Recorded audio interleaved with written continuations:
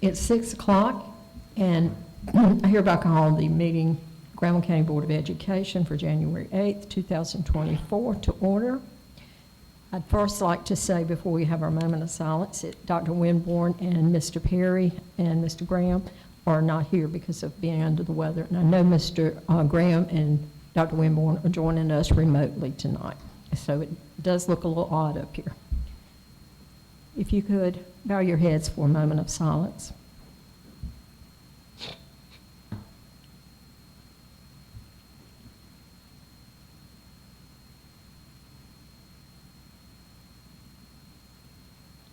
Thank you. And now I would like to state our vision. Every student will reach his or her full potential, prepared to thrive in a changing world. In our mission, we empower every student every day. Mr. Peace, would you lead us in our Pledge of Allegiance, please? Stand, please.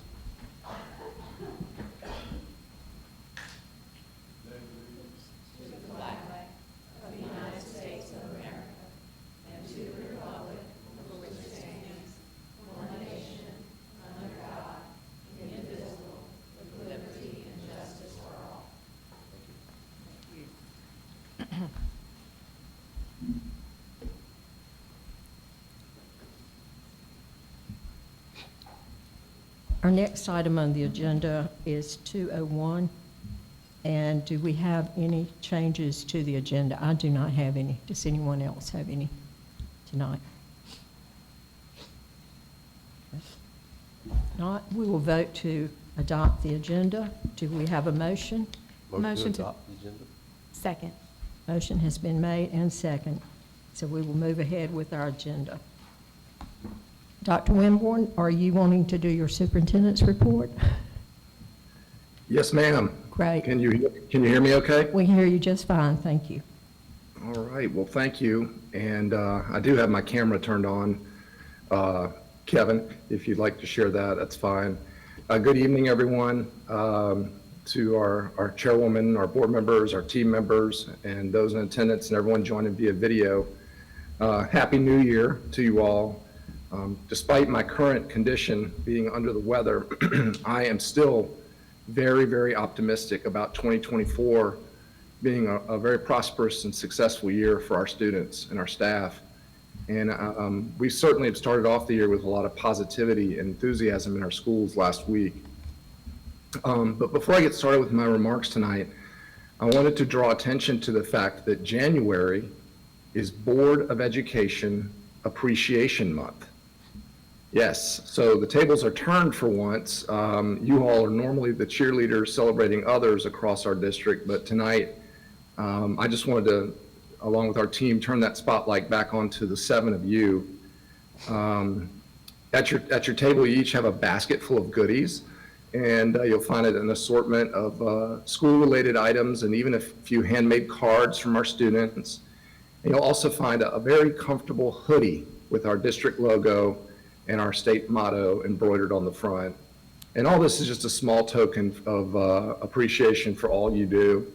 I don't think that the general public or most folks in our community necessarily realize just how much time and energy and focus you all devote to our schools. And I just want to take this opportunity to make that known. Each of you definitely are true public servants.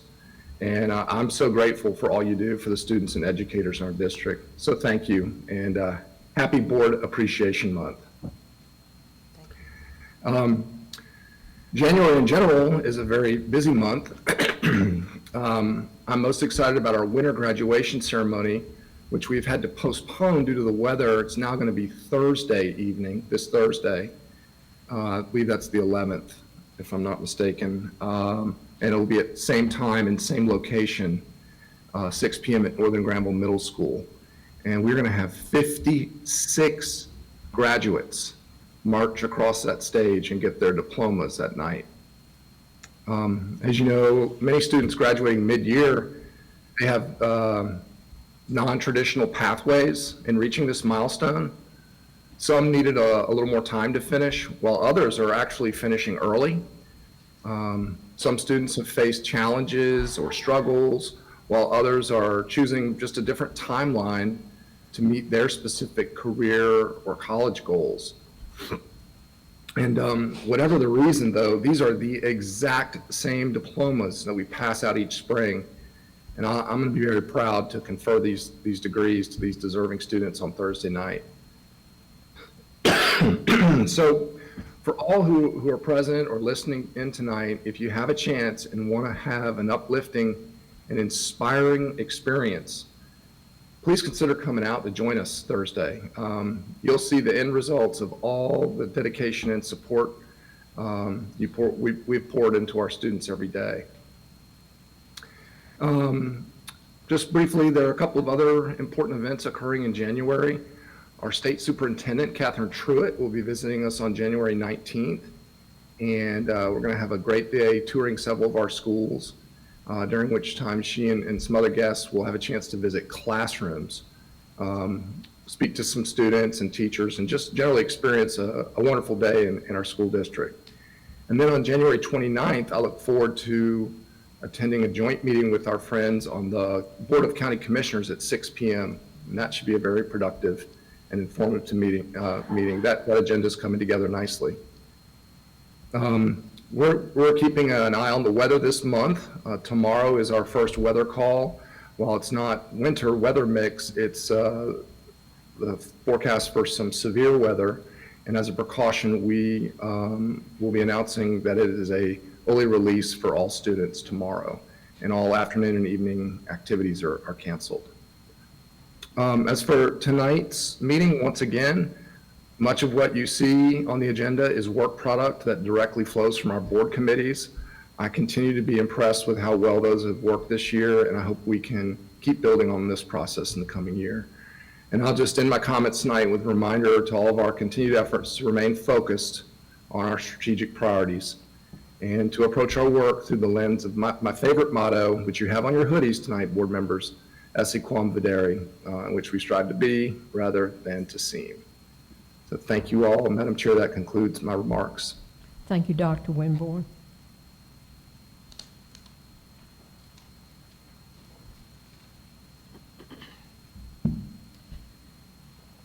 Good evening, everyone. On behalf of the Granville County Board of Education, I'd like to also welcome everyone here, as well as those joining by live stream, to our January meeting. Our second semester of school is underway, and like many parents, teachers, and so forth, I think the first half went really fast, so time does fly. Our schools had many wonderful programs and performances during the month of December to celebrate the holidays and showcase their hard work.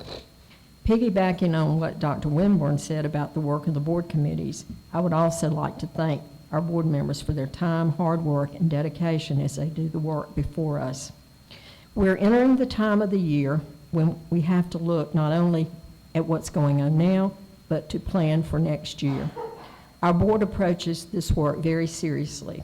We support the initiatives and focus of our administration and staff in the areas of academic achievement, safety, student behavior, and school attendance, and fiscal responsibility. Tonight's agenda will cover these areas. As Dr. Winborn said, the board is looking forward to meeting with the county commissioners later this month as we begin our budget process. Our goal is to budget our funds so as to have the greatest impact on student outcomes. And again, the winter graduation will be Thursday at 6. Seeing the students receive their diplomas is always a highlight of the school year for the board, whether it is January, June, August, or any other time of the year. And that concludes my remarks. And now we will have reports from board members, and we'll start with Mr. Peace and go around the table. I don't have one. Okay. Ms. Eaton. Yes, I did attend Christmas program at Cedar Cradle in December. Will attend my parents. The kids did an outstanding job in performing their songs and their little dance and their little playing on the recordings that I think they had there at Cradle School. I also attended the academic meeting we had on December the 15th as part of the academic committee here. Mr. Connor talked about the AI, the artificial intelligence of schools. I mean, next year that we have in our schools here, make sure that it's there, but it's not as a way, it's called a teaching tool. It builds the private help support instruction, but we also make sure that we are still teaching by the state standards. That's what we're doing here. Teachers are still inspired to allow kids to be creative, learn research, be problem solvers here, but use AI as a resource in the classroom here. It's very important because it's there to make sure we do not abuse the resource that we have here. I also got a good report from the instructor coaches here. They do an outstanding job in the classroom trying to support teachers and also the principal as well here. When need problems there, they're there to support them, to make sure they have resources that they need to do the best job coaching, and also the teachers do the best job teaching. So that's conclude my report for this evening.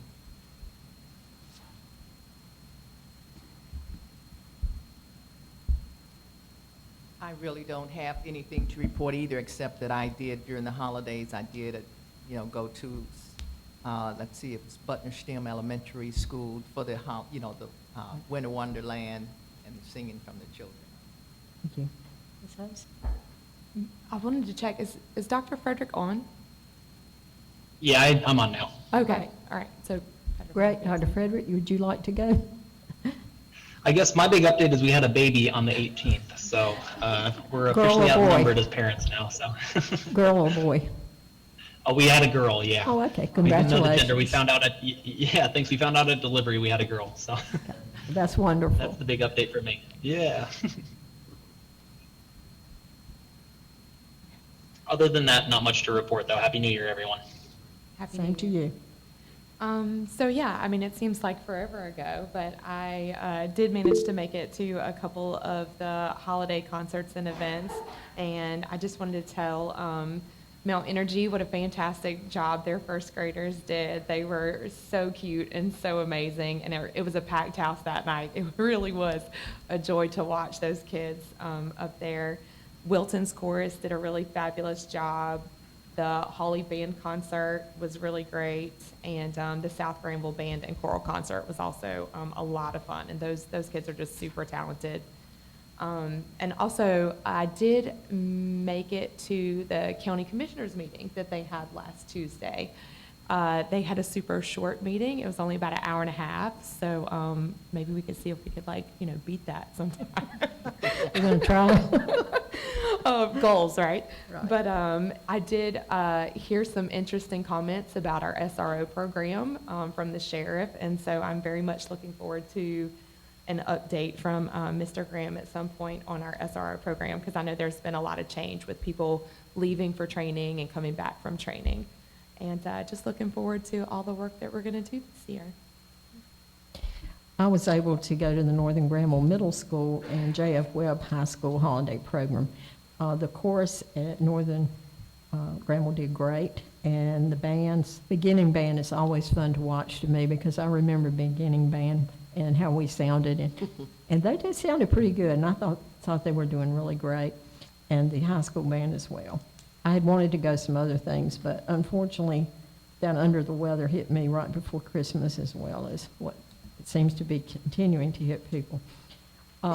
On Saturday, I think it was December the 9th, is that correct, Ms. Curran?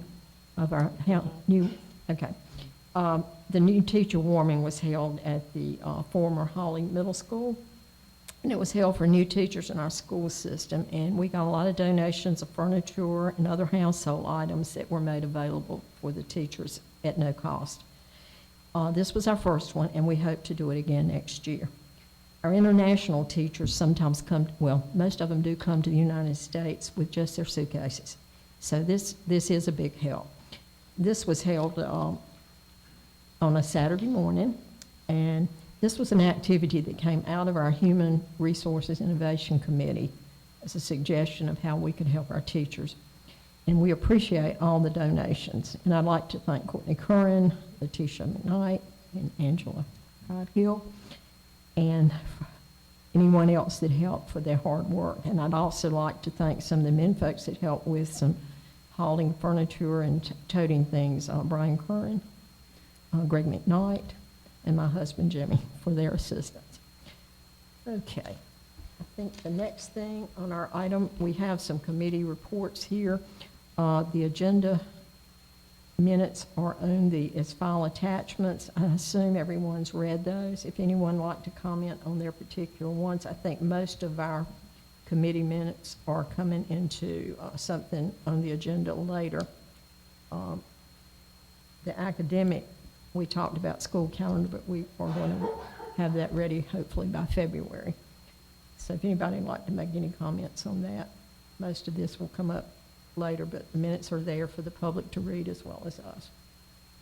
Okay, the next item on our agenda is 304, the policy revisions, first read.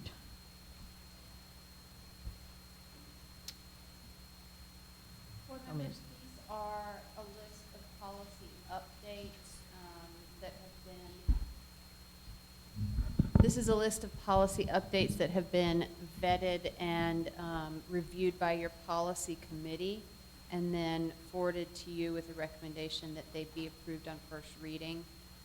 In addition to the updates to these policies, there are 3 policies listed here to be repealed, and this is because that information is now contained in another policy. So I will highlight, most of these are just legal updates. I will highlight 1310 is one of the policies that we updated in line with the Parents' Bill of Rights, and this is an additional update that came out of a technical corrections bill in the legislature having to do with surveys of students. 4023 used to be your policy on pregnant and parenting students. The recommendation is that it be updated to cover both students and employees who are pregnant or parenting, and it implements a new statute excuse me, regarding the Pregnant Workers Fairness Act, which is regarding accommodations for employees who are pregnant or nursing. Any questions about these policies? These are recommended to be approved on first reading, so they would come back for a second review.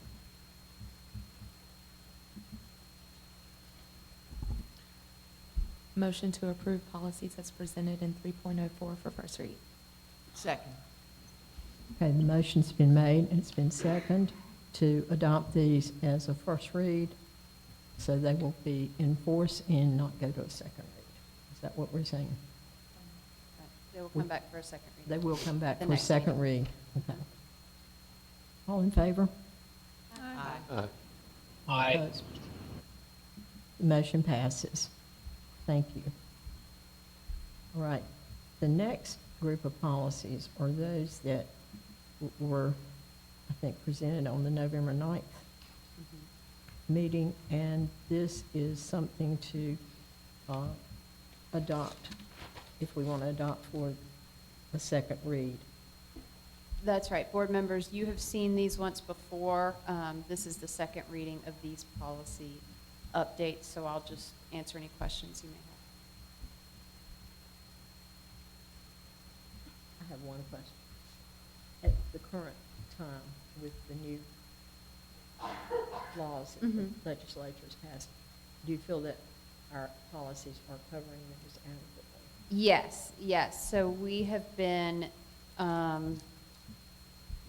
going through, you get updates quarterly from the School Board Association Policy Service, and then the Policy Committee reviews those, makes sure that they fit in line with Granville County practice, you know, updates them as necessary. So that's part of what we're doing here. I will also note that you'll see something highlighted in yellow here. Part of what the Policy Committee recommended was that we have a couple of policies that are outdated and no longer needed. One was the driver's education policy, and one was entitled Student Assistance Programs. It's not that we no longer have driver's ed, we do, but the policy itself was out of date. And so those, we decided, it was not an area that we needed to have a board policy in, and decided that in the interest of simplifying our manual, to recommend deleting those, repealing those. So the Okay. recommendation here would be to approve on second reading the listed policies, including repealing 3 policies. I'm sorry, Dr. Frederick? This was actually Stan. I just wanted to clarify that unfortunately we had omitted those items in the first read.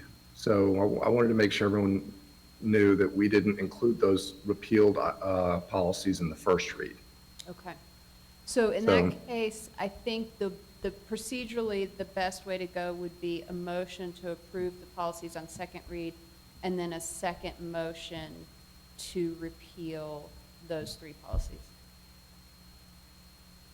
I did want to take just a moment to point out to those that are watching and those that are present, the update to the policy code 5020, visitors to the schools, because I know that there had been some confusion about a bag policy for visitors, and so we did take some time, because it wasn't reflected in our board policy previously. I believe me, and you can correct me if I'm wrong, Dr. Winborn, I believe it was it was in the administrative policies, but not in a board policy. And You're so. correct. Yes, you're correct. Right, so in the policy committee, we really wanted this available for the public to be able to look at it and find it and know that they were subject to screenings, and also they may be asked to leave their personal items and bags in the car. And so it is going to be in black and white in the board policy so that people in the public can find it.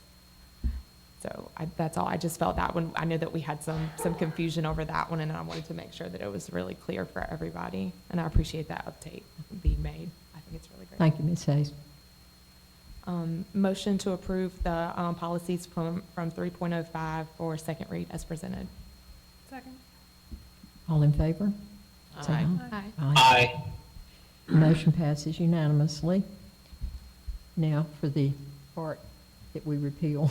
Motion to repeal policy 3580 and policy 3615 from the board policy manual. And 3525. Oh, I'm sorry, and 3525, sorry. A second? Second. Second. Okay. All in favor? Aye. Aye. It's unanimous. So we have moved through that very quickly. The next item in here is 306, National Board for Professional Teaching Standards. Who's going to be doing that? Ms. Cogdill. Okay. Good evening, Chairwoman Williams, Vice Chair Peace, Board of Ed members, Dr. Winborn, the administrative team. I'd like to also reiterate what Dr. Winborn said. Thank you for all that you do during School Board Appreciation Month. You are very appreciated, so please know that. Tonight, I'm honored to kick off the new year with a celebration and celebrating the accomplishment of National Board Certification. We are celebrating 2 new Nationally Board Certified teachers and 2 who have maintained their National Board Certification. Our new National Board Certification members are, there we go. First is Beatrice Agingu from Tar River Elementary School. She is an exceptional children's teacher that is there. So we went out and surprised these teachers last week when we returned on Wednesday. So I have some pictures here to celebrate them, and they are joining us virtually as well. Our second newly National Board Certified teacher is Shelby Levesky from Butner STEM Elementary School. She is now this year an instructional support coach at Butner STEM Elementary School. We have 2 who have maintained their certification, and one is here with us tonight as our Director of Student and Family Services with Central Services, Dr. LaWanna Norfleet. And our second who's maintained is Kelly Walton from West Oxford Elementary School, who is an assistant principal there. So we want to give these educators a big round of applause. We do have several others who are in the process. It's 4 components, so we have several more that are actually in the middle of the process, and we also have some other new ones who will be joining us with this federal grant that we received that ends this coming year.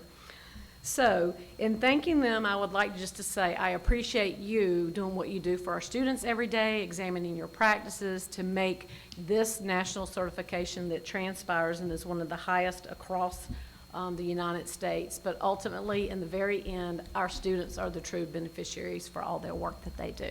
So thank you. Thank you. Next, we have public comment.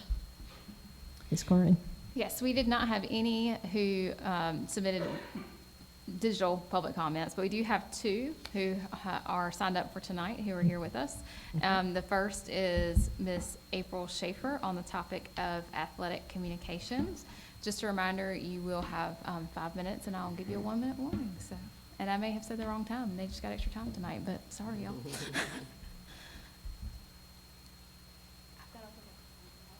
Okay.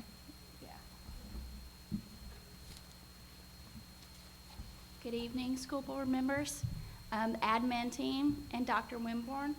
I'm here tonight as a softball parent. A couple of things that we have learned from our softball coach is the difference in communications that is permitted to happen this year. Over the past couple years, South Granville softball team has used the Team Reach app, and so I've presented that in the handout. One thing that I want you to know about the Team Reach app is that it's really quick. What we have been told that we are permitted to use is the Remind app, Class Dojo, and Google Classroom. And for athletics, those are not effective means of communication. Sometimes we have to reach the parents quickly if there's a game cancellation or a change in the schedule. A couple features in the app I've presented in the pictures are it has a calendar, and within that calendar we can do all of our practices, all of our games. It also allows you to put the field on there. You can put uniform information on there, the address so it syncs into the Google Maps, and also you can keep track of your wins and losses on there. So it's a really good tool to use. And so I come to you as you make policies and procedures to please consider allowing the athletics in Granville County to use this app. I do understand the concerns of what the admin team is trying to do as far as being able to monitor the chats and what's happening with the different means of communication. But essentially, by coming down on us and telling us we cannot use this sort of app, all that we're doing is removing the coaches from the app, so there's no real oversight. Because the parents and the students who are involved, we're going to continue to use these methods of communication. And so I just bring that to you as a parent. I would rather have a coach be the one to lead these apps or someone from the admin team. But I mean, we're going to do what's effective for us, and we're here for the kids, and you know how important athletics are to our community. And so that brings the other point of communication, and that is social media. So we have been told that we are to shut down each of our individual social media pages. South Granville Softball has had our page for several years now, and if you go to our page, you will see that our followers include our opponents' coaches. It includes media, such as the newspapers. It includes alumni. It includes parents. And it also includes college coaches. And so ultimately, what we want to see is our girls to go and play sports at the next level. And so by us eliminating that page, you're removing all of our resources that we've had that has helped to make South Granville softball as spectacular as it is. One of the things that our community does is they help fund and support what we're doing. And we want to get the word out of when our games are. We want to be able to show when our girls are being signed by colleges. So I just want you to keep that in mind as you make different policies, that I understand that there's been some bad apples, but coming down on everybody because of a couple bad apples, it shouldn't happen. you know. You have 1 minute. So I just want you to reconsider, you know, making that a policy. Have somebody on the admin team, have the athletic director be a part of our social media pages. Because if I have to make a post or prepare a post and then send it to Coach Emily, for Coach Emily to approve, and then her to send it to Coach Hobgood, the AD, that's not effective. And if you'll refer back to my email that I sent in November, where I asked you to review the supplement package for the ADs and the college coach or the school coaches, you will understand they're not even making minimum wage. So you're adding more to their plate than what they already have to do. And I just want to remind you that, you know, we're all in this together and we're trying to keep this ship afloat. But if you keep coming down on the ones who are bucketing out the water, we're going to end up leaving too, and the ship will eventually sink. So I'm just coming to you as a parent asking for help. Okay? Thank you.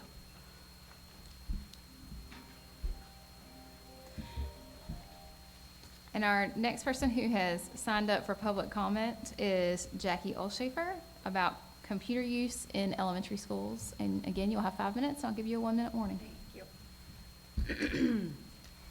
Good evening, everybody. It's nice to see everybody here. I manage to get here pretty often myself. A couple of board meetings ago, the subject of computer use in the classroom was discussed, especially in the elementary classrooms. And there was some agreement among the board members that there may need to be some rethinking in that vein. I haven't heard any other discussions, but if nothing has changed, I wanted to share a few of my thoughts on that. I know when I was attending elementary education teaching classes, albeit that was quite a few number of years ago, the one theme that was always emphasized was hands-on learning activities, manipulatives for math, and having a real book in children's hands, and doing things to strengthen their small motor skills, especially in those lower grades. Penmanship and proper holding of a pencil was important also. However, if computers are being used to the extent indicated, the conclusion that this is no longer the emphasis would be apparent. If that conclusion is actually a reality, I would say it needs to be reevaluated. In addition, it is my feeling that using computers or other devices excessively tends to isolate children. It becomes them and the computer. Many young people become attached and addicted. They need constant stimulation instead of thinking on their own. I think they get enough exposure to computers in other parts of their lives without the schools adding to it. Students definitely need to have some exposure to computers. It's simply a part of our new world. But when teaching the foundations of educational learning, I don't think that computer usage should be the methodological focus. Thank you.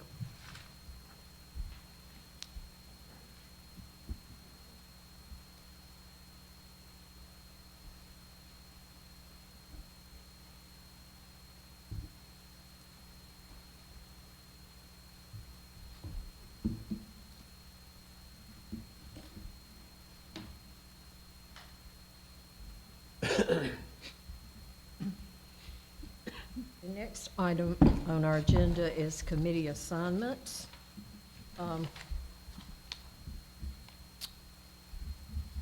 We're recommending that we change to 3 board members per committee.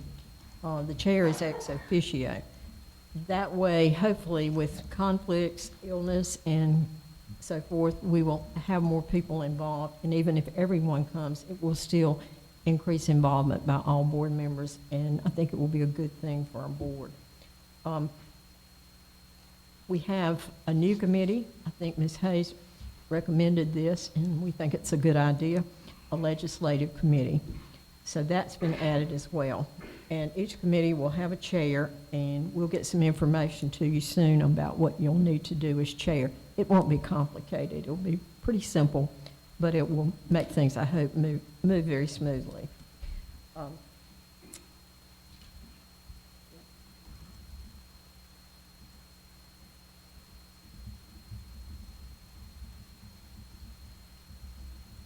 printer stopped working this afternoon, so I'm having to get this off of something else.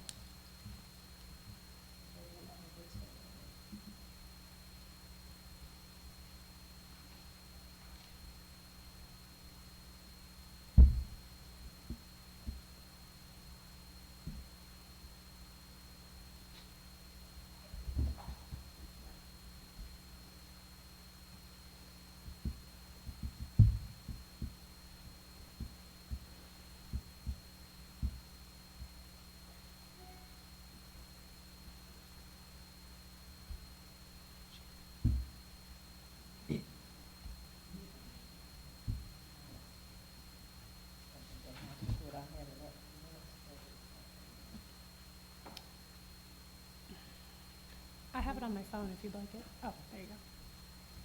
Yes. Appreciate that. It's on there somewhere, it's being ugly. I think it just wanted to extend the meeting a little bit more tonight. Okay.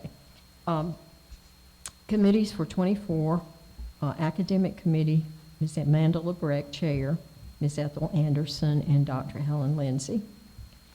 Policy Committee, Ms. Ethel Anderson, Chair, Mr. Leonard Peace, and Ms. Danielle Hayes. Operations, Mr. Leonard Peace, Chair, Ms. Danielle Hayes, and Dr. Taylor Frederick. Finance Committee, Dr. Helen Lindsay, Chair, Ms. Ethel Anderson, and Mrs. Amanda LeBrecq. HR Innovation Committee, Dr. Taylor Frederick. I get that tangled up sometimes. Chair, Daniel Hayes, and Helen Lindsay. And our Legislative Committee, Daniel Hayes, Chair, Dr. Taylor Frederick, and Mr. Leonard Peace. And I wasn't able to get up with you, but would you be willing to do the Granville Ed Foundation again this year? Sure. Thank you. Appreciate that. Okay. And I'll give these to Ms. Shave so she can update our website. And like I said, it won't be anything, I think, too time-consuming as being the chair, but it will get, hopefully we'll get more involvement, and I think it will be a good thing. Okay. Thank you. Thank you for your patience. Madam Chair, I got a quick question. Sure. How, with the board, well, I guess with the committees expanding to 3 members, if you're there in your capacity, will we not have any issues with reaching quorum with 4 members of the board there? We will have a quorum, but we do advertise and publicize our committee meetings, and they are open to the public, so we That's don't have right. an issue. The committee meetings are themselves a public body, so they are publicly noticed and open, so it's fine. Okay, cool. I just wanted to make sure. Thank It's you. mostly a thinking out loud question. Yeah, I understand. I had the same question before we did this. Okay. Also, on the agenda, we have a safety task force that meets quarterly. It's a larger group, which includes members of law enforcement, emergency services, administrators, and community members. All board members are invited to attend these meetings, so you can come. It's great, and you may not be able to come to everything, but they are open to anyone on the board. The next items are consent items. We have 4.01, a field trip approval. We also have 4.02, contract for chiller replacement at GC Holly. We have a sole source vendor approval for some curriculum material, and we have a second one for the same reason. And a third one for the same reason. Does anyone have any questions about any of these, this consent? I have concerns about 4.03, News ELA, and then 4.05, IXL. Okay. So, I mean, I can make a motion to go ahead and approve the others unless somebody else has any concerns. All right. Motion to approve consent items 4.01, 4.02, and 4.04 as presented in the agenda. Seconded. All in favor? Aye. Okay, any opposed? Motion carries. Okay, want to go back to, which one did you want to go back for? We can start with 4.03. Okay. What's your Um, question? Mhm. And I hate that Mr. Perry is not even here, so I don't even know, who would I even direct questions to? Probably Dr. Wimborne. Anybody? I may be able to assist Ms. Hayes. I know a Okay. little bit about these. I mean, I guess my first question is like, when was the last time that people in our administration actually tried to use them? Because speaking from a parent's perspective, I have major issues with both of these, News ELA and IXL. I'll start with News ELA. So News ELA, for anybody who hasn't used it, and the way that I remember it, is that it takes articles from media outlets, some that are like current events, some that maybe aren't current events, it's just covering specific topics. And then it presents those articles, and then there's like a short quiz after with a couple questions that can be answered by multiple choice. That's the way I remember it. Yeah, and it can also change the reading level of the article so that it can be adapted for multiple grade levels. Right. Yes. So, I mean, I guess the major problems that I have with this are that, well, first of all, the articles themselves are taken from media outlets that express a lot of explicit bias, which I would be okay with if they were presented in a way that presented both sides of an argument or an issue, but that's not how they're presented. And I am very much of the opinion that we should be teaching our kids how to think and not what to think. And so that's a major issue that I have with News ELA. But there's also, in our experience, and I remember specifically my oldest son having issues with this. So the articles would have different reading levels. And so when the levels change, the questions and the quizzes also change. And sometimes the information that's presented does not line up with the questions as the reading levels change. And so I have, some college education, and so I remember specifically it being extremely frustrating trying to help him figure out the right answer to some of these quiz questions for a middle schooler and not being able to help him find the correct answer. And then when he would get inevitably 1 or 2 out of 4 questions wrong, it would be extremely frustrating because then he would have a 50 or a 75, and we wouldn't even understand why. So that's extremely frustrating. And, I just think that if we're going to help our kids to practice these standards and understand reading material, I would prefer to spend our money on, and I'm not even sure what the better options are, but I just don't agree with that one. And then as far as IXL, again, this is just from personal parental experience, that it completely undermines our kids and their confidence. We spent a lot of time doing IXL during the pandemic and also before then. So this is the way that I remember it. So my kids would use IXL for math practice, and you strive to get 100%. And when you start out, you get a lot of points for right answers. So the first question you might get 20, then the second question you might get 15 points, and the third question you might get 12 points. And the closer you get to 100%, the less points you get for every right answer. But let's say you get all the way up to 94% and you put in your answer and there's a typo in your answer. It's going to knock you down 20 points.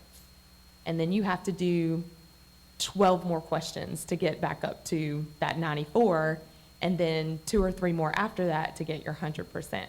And so you can imagine how extremely frustrating it is that some of these kids end up doing 40 questions, 50 questions, 60 questions, and they'll be so close to that 100%, and then it just knocks them right back down. I mean, speaking from experience, I'm pretty sure that one of our cracked computer screens came from my kid chucking his laptop across the room. And I'm telling on myself, Mr. Lawler, he's laughing. I mean, seriously, chucking his laptop across the room in frustration because he would be so close to getting that 100 and then being knocked back down, and it happening over and over and over again. And so again, like, I want our kids to be able to practice, and I want them to be able to, you know, get the instructional material that they need. But, I mean, I also went online and looked at some parental reviews, and it seems to be a widespread issue that a lot of other kids are experiencing. And so I'm just reluctant to spend money on something that undermines the confidence of some of our children so severely. Would we be appropriate maybe to refer these two items back to the academic committee to look at them? What's everyone's thoughts on that? I think so. I mean, Ms. Williams, I'd be happy to make that arrangements for that. I think Ms. Hayes does have some good points. She is correct in describing sort of the nature of how IXL works. It's an adaptive sort of scoring process, and it can seem a little counterintuitive to me. I was not aware of the concerns about News ELA, so I definitely would not mind taking a closer look at that. I'll point out that neither of these two items are part of our core required curriculum. These are supplemental resources that certain schools are requesting, and they use some of their school-based funds to purchase these. So perhaps we can get some additional information about that as well, because they're not used district-wide, which is another point. I think it would be good to present it to the academic committee and let the committee look at it carefully too, and I would the agree. administration. I do have a question, though. So I understand that, so a lot of so some of the schools that use these use Title I funds to purchase them. I'm remembering, though, I feel like that when I served on a former PTO that we maybe supplemented school funds to pay for this for other schools. So is it possible that there are other schools that are using it that are using their own funds to pay for these the contracts? I mean, I'm not saying there is, I'm just asking. Those contracts would need to be approved at the district level, though. Okay. And again, I understand the need for supplemental material, and I want our kids to be able to get the practice and instructional materials that they need. Those were just my concerns, so thank you all. Madam Chair, I have a question. And my question is, if we decide not to use these sources, what do we replace them with? Would we? I think that's what Dr. Winborn just said he was willing to look into, right? He's going to look into these. Into what we could use instead, or if there's anything available. That was my question. Yeah. Yes, sir. I think that would be part of the conversation. If not these, then what? And I'd also like to take a closer look into our core curriculum to see if there are some resources there that are not being utilized that could serve the purpose.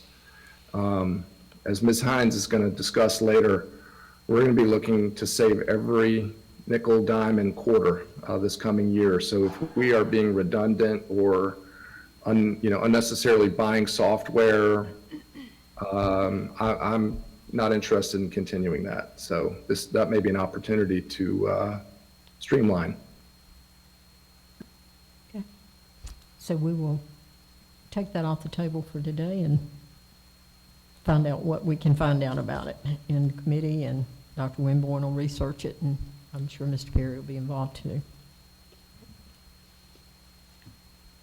Yes, ma'am.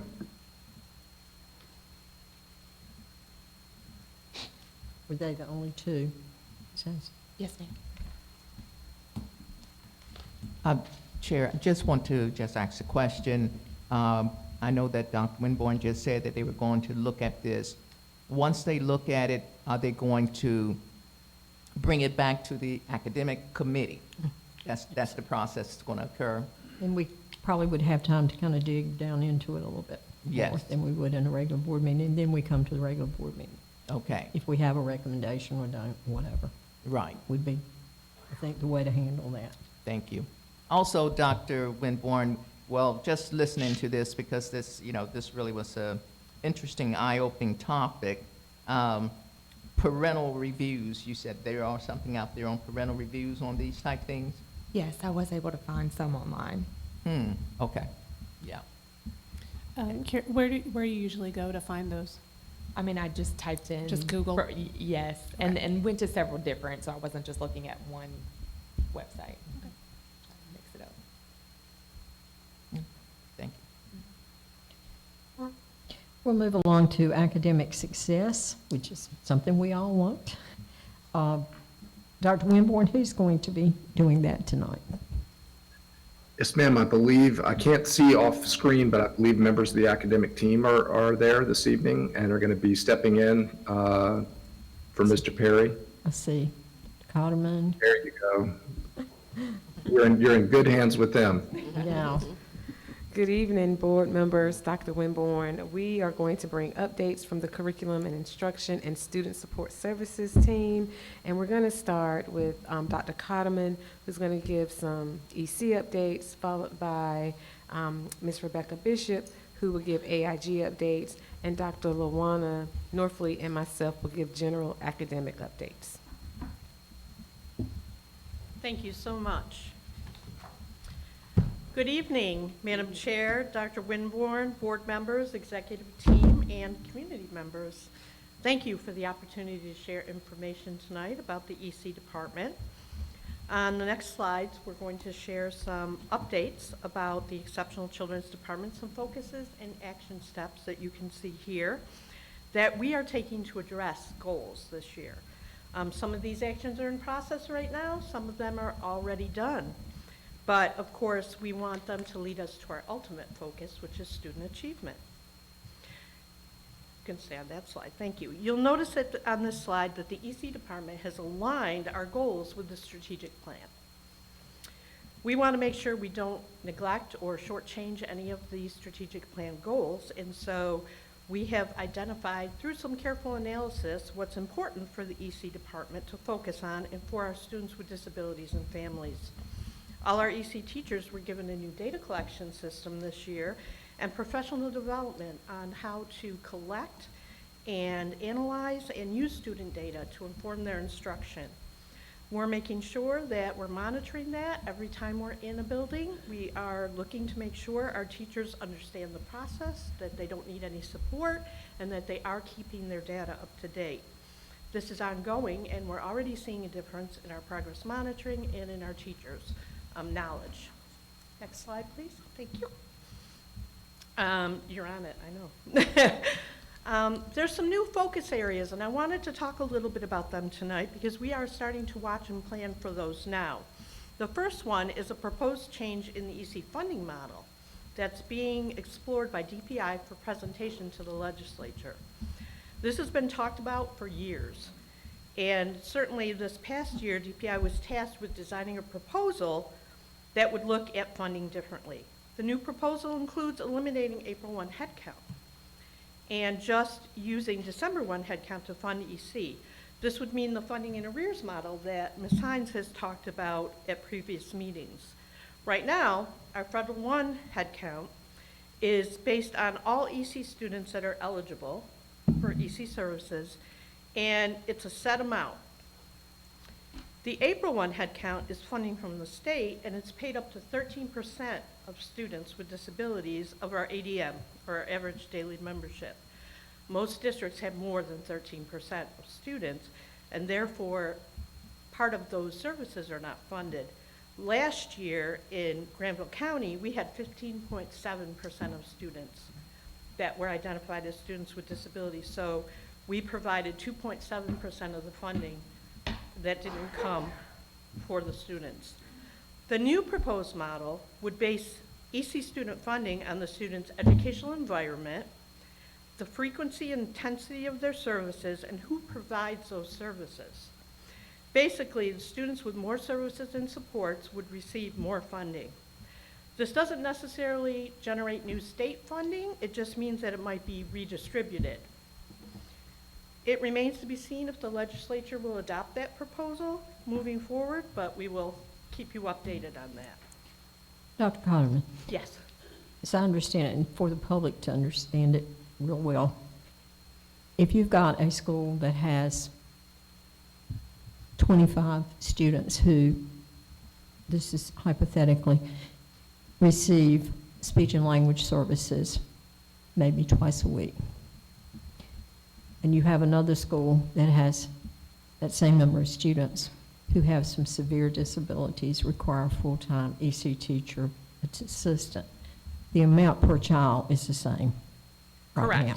Correct. Right now, there's no difference between those students.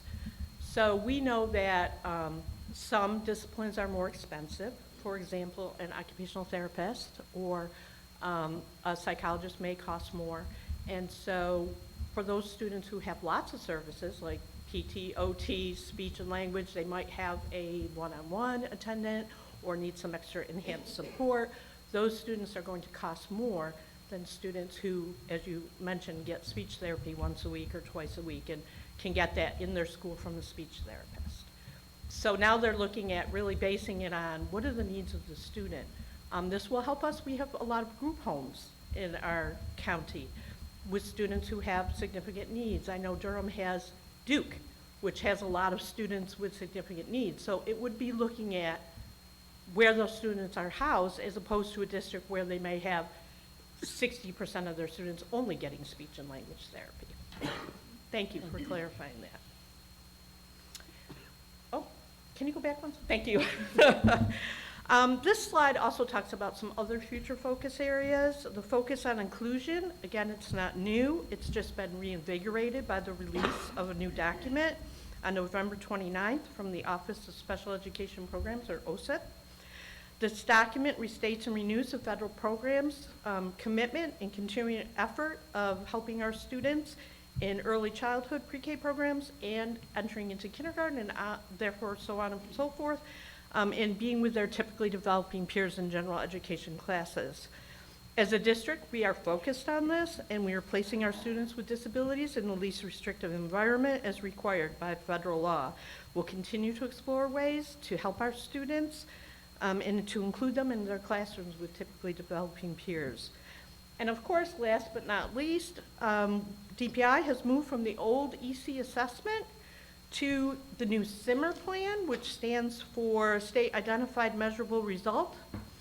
This is a multi-year plan that allows districts to focus on their own data and root causes for achievement gaps for all students, particularly focusing on fourth grade students and their reading scores, and looking at students with disabilities and students of color.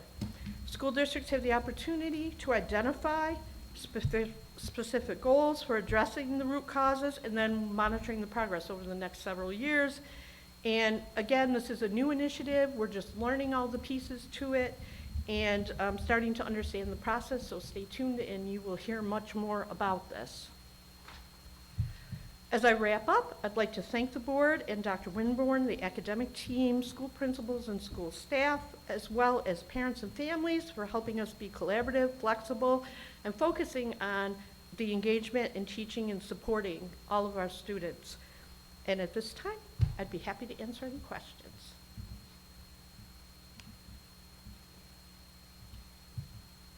Is our percentage of EC students remained about the same for the last 4 or 5 years? That's a great question. I pulled the last about 8 or 9 years, and really the amount of students with disabilities has remained fairly stable, but the ADM is dropping. So while we're keeping the same amount of students with disabilities, we are losing money because remember, some of those are based on ADM. So you could have more students but have less ADM and have a higher percentage. correct. Just sort of punitive Yeah, financially. yes. Any other questions? I would like to just quickly mention, I have 2 of my leadership team here tonight. Melanie Burnett, who serves elementary and middle schools, and Donna Critcher, who serves our high schools. They were kind enough to come support, and I wasn't able to introduce them last year because Melanie just started with us this year, so wanted to introduce them as well. Thank you. Thank you so much for sharing. Thank you, Dr. Cotterman.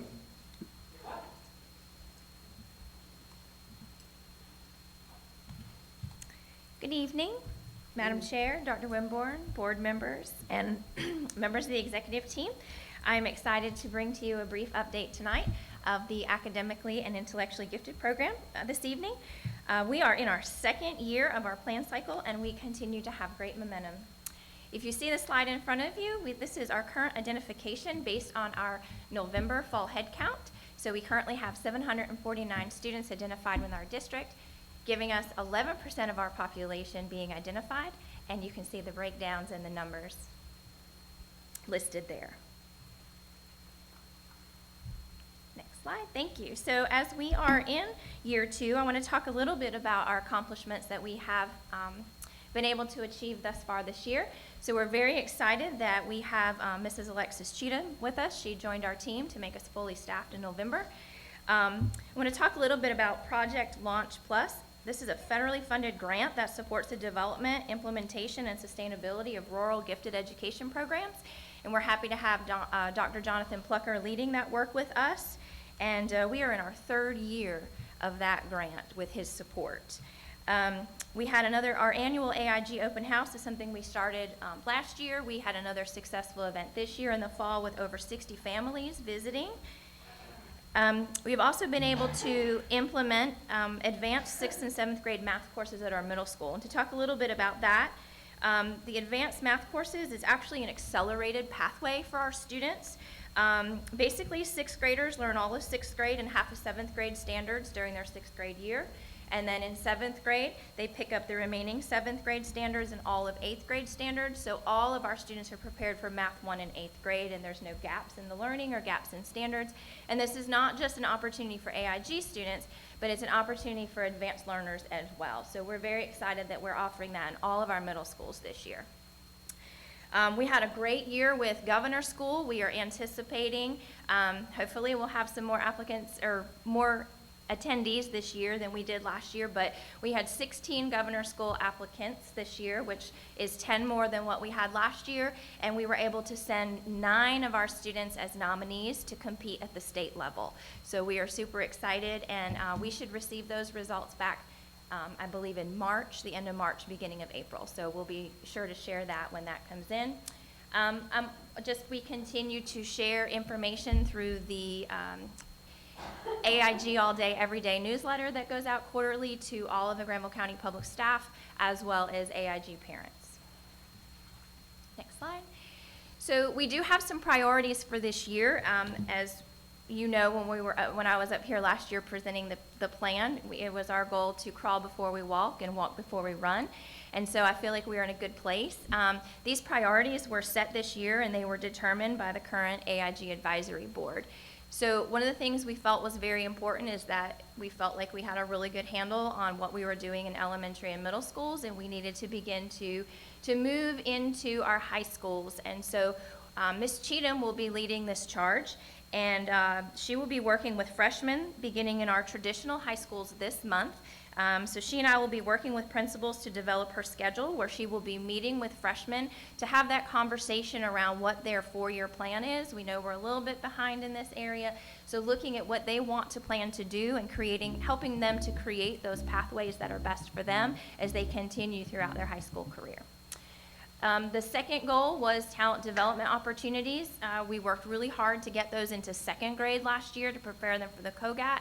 And I was really adamant that we can do this if we were fully staffed, because my team prior to Ms. Cheatham coming on board was stretched very thin because they were all serving extra schools. So with her coming on board, we are able to start this new talent development piece beginning this month, and we are actually working on getting some additional resources to the AIG specialists to be able to do this work.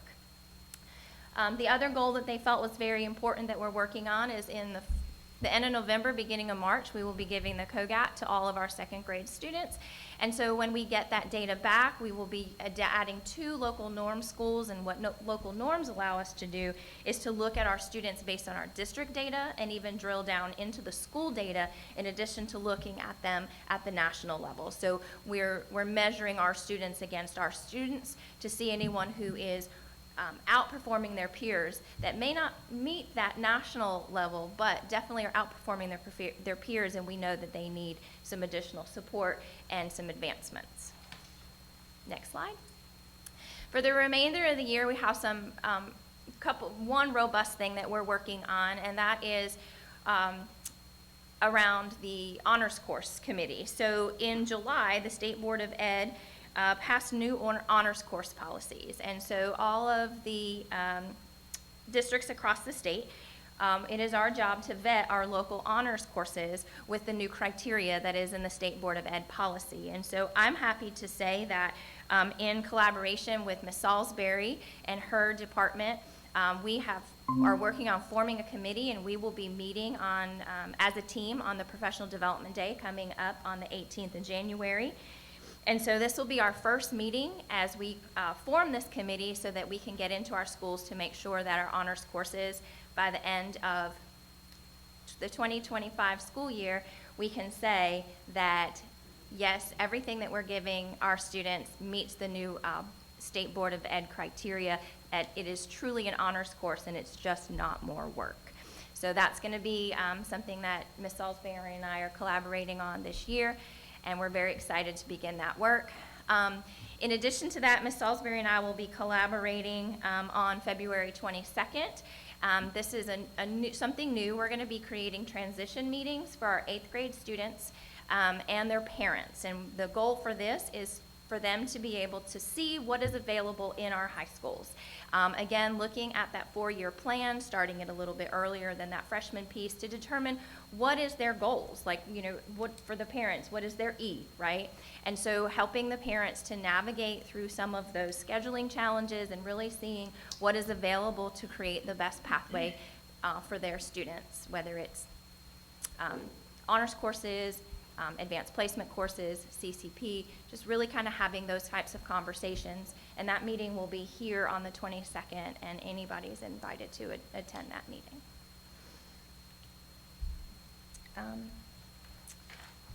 So really those are the updates that I have for this year. Any questions? Could you go back to the first informational slide, please? Yes. I just had a question. So, could you talk a little bit about the difference about like how you identify kids academically versus intellectually, and then also what is twice exceptional? Because I didn't even know what that is. Okay. So we have all of these identification areas are based on what North Carolina identifies and what we serve. So one of the ways that we identify academically is we look at their scores. If we're going to take at a COGAT, let's look at a COGAT because that's really where a lot of the identification comes from, is they have a verbal score, they have a quantitative score, and then they have, oh my goodness, I just blanked. Verbal, quantitative, and nonverbal. So your verbal aligns with your reading. So we have students that qualify just in reading. That can be based on that. We also look at, for a student that may not qualify with the COGAT, we look at ELA and those types of data pieces for reading identification. The same with math. So we look at their quantitative scores. Sometimes math can also be considered nonverbal. And that's how we would get the identification for math or reading. And you see AG, which is academic, so that means they qualified for both. For intellectual or IG, we often look at that as the nonverbal piece. These are students that have potential in certain areas, but it's not manifesting itself in a specific way yet. And so by developing that intellect, that helps them be able to do things like organize and working in smaller groups. We focus a lot in our classrooms around STEM for those students that qualify through IG, hoping that somewhere along the line it's going to manifest itself in another way. And then, of course, academic and intellectually covers all of that, and that is usually a higher COGAT score in that nonverbal piece. And twice exceptional, sorry. So Right. a dual exceptionality is a student who has both an IEP and is also AIG. So a child can be twice exceptional if they have a learning disability in math, but have a very strong high verbal score, and have very strong reading capabilities. Yes. Are all the children in the class tested, or is it just by referral?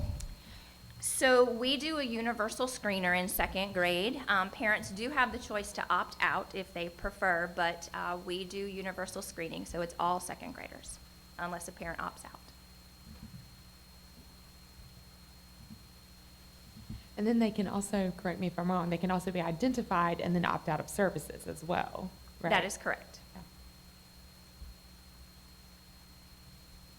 Well, I'm really excited about the meeting on February 22nd, because I feel like that has been kind of like a black hole of information in the past. And so I feel like that like giving that communication and that opportunity to those parents, because, you know, like a first-time parent, you know, they have no idea. Things have changed so much. And so, you know, the opportunities for dual enrollment, the opportunities for summer online classes, I mean, we have so much to offer, and like, you don't even, like, most of us don't even know. And so I'm really excited that you guys are doing that. Thank you. And thank you for all that you've done to help get this program back up and running. It's amazing. So, and I receive a lot of that information, so. Thank you. It's been my pleasure. Any other questions? All right. Thank you so much. Thank you so much. Thank you, Ms. Bishop. Okay, so I am going to share a few general updates around letters and professional development. Okay. So if you take a look at the slide, we are in the second year of our letters journey, and this is our timeline. As a district, we completed volume 1 of letters last year, and volume 1 included units 1 through 4. And on the slide, you will see our completion rate.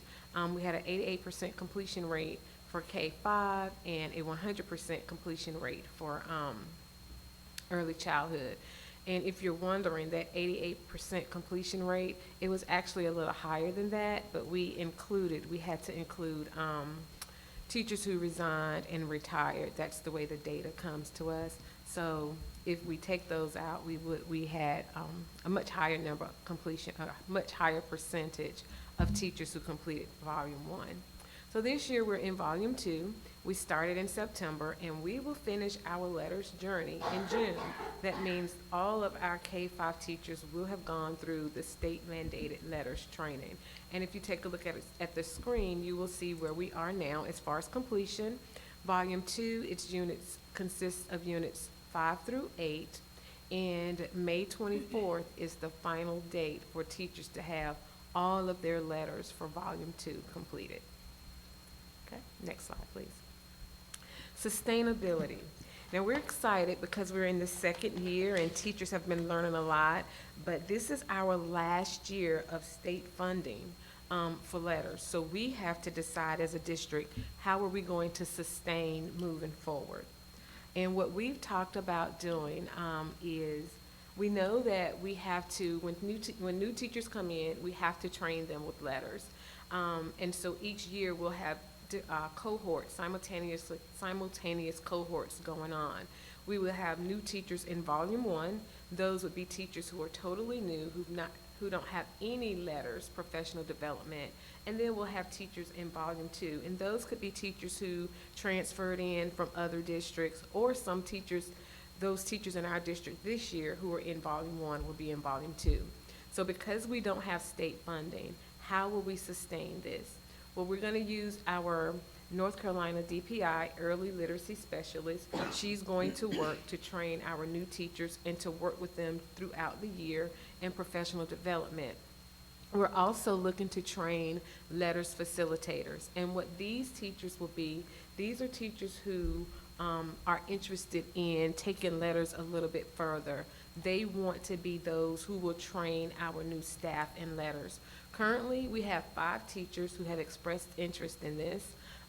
This is additional training. So in order to be a facilitator, they will complete volume 1 and volume 2, and then they will have an additional 4 days of training.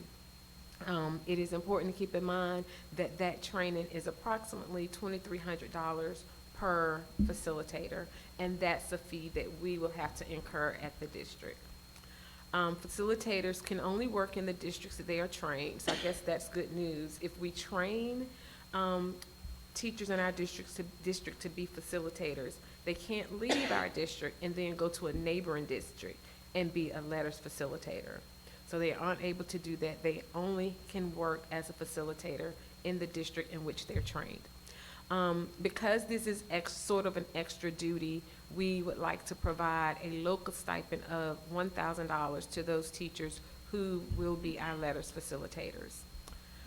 We are in the process, as I said, we have 5 teachers who have currently expressed interest, and we're in the process of recruiting additional teachers. Our K-12 literacy specialist and our coach will also work with our teachers throughout the year in PLCs. And we're also looking to have letters ambassadors, and those are teachers who will be mentor teachers at each school to work with new teachers coming on board. Next slide, please. As far as professional development is concerned, we are really excited. We have offered district-wide professional development on September 21st, school professional development on October 19th, and our next professional development day will be on January 18th. So we presented teachers with a survey last spring asking them what their professional development needs are, because we wanted to make sure that what we offer them are actually things that they need. And so in using the survey, you'll see some of the offerings that we've given elementary, secondary, and district. Now, elementary, all of last year and this year has really been focusing on letters. So every professional day that we have, our K-5 teachers are doing letters. But if you take a look at secondary, you can see some of the different offerings that we've offered on each day that we've had professional development. And even on the school day, we shared our PD survey results with principals so that they too could look at what teachers said their needs are and align their school-wide PLCs with that data. And then for our district, we've done our head and injury and diabetes training modules. We did that at the beginning of the year. We have to get that done at the beginning of the year. And we've also completed the mental health training modules, which is required for all teachers, well, actually all employees. It is state law. And we started that in September, and I think the due date to complete that was November 22nd. Okay. And our MOY assessment window, we are at the middle of the year, and so this is a schedule of our assessments that we are currently doing at this time at the elementary and middle school. We are not doing any benchmark testing in high school at this time because they just finished first semester assessments. High school benchmarks will begin in February. And so by the end of this month, we will have our MOY data, and we will take that data and look at our BOY data and compare it and look to see what are our strengths, what are our areas of growth. Schools, principals, teachers will take that data and they will use it to update intervention plans and instruction. Okay. Are there any questions? Yes. I had a question about the teacher colleges now in teacher preparation. Are they requiring, as part of their curriculum, to graduate letters training? So from what we've been told, they are, there are talks with teacher preparation programs so that those who are going through those programs are taking letters. I don't know if it is a requirement. I do know that there are talks that they are pushing that into teacher prep so that when those people come out, they already have that training. I think it would certainly be appropriate for them to do that. Yes. Obviously, some teachers come into the field a different path, but it would certainly be helpful if it's a good program. Yes, ma'am. And our state believes in it, so I think our North Carolina universities would require it. Yes, ma'am. I know there were talks of making it a requirement, but I can check to see if that's been solidified. Thank you. You're welcome. Anyone else? Okay, thank you.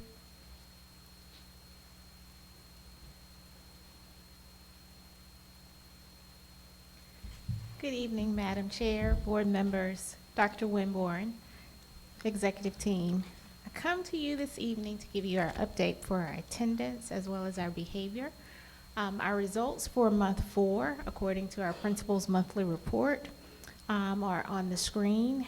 We did have a slight dip in our overall percentages, each level as well as the district.